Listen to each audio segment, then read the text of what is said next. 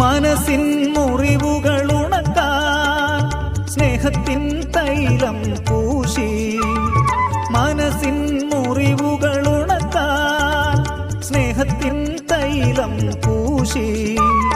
കഥനം നിറഞ്ഞൊരൻ ജീവിതയാത്ര ആമോദമാക്കി നീ തീർത്തു. കഥനം നിറഞ്ഞൊരൻ ജീവിതയാത്ര ആമോദമാക്കി നീ തീർത്തു.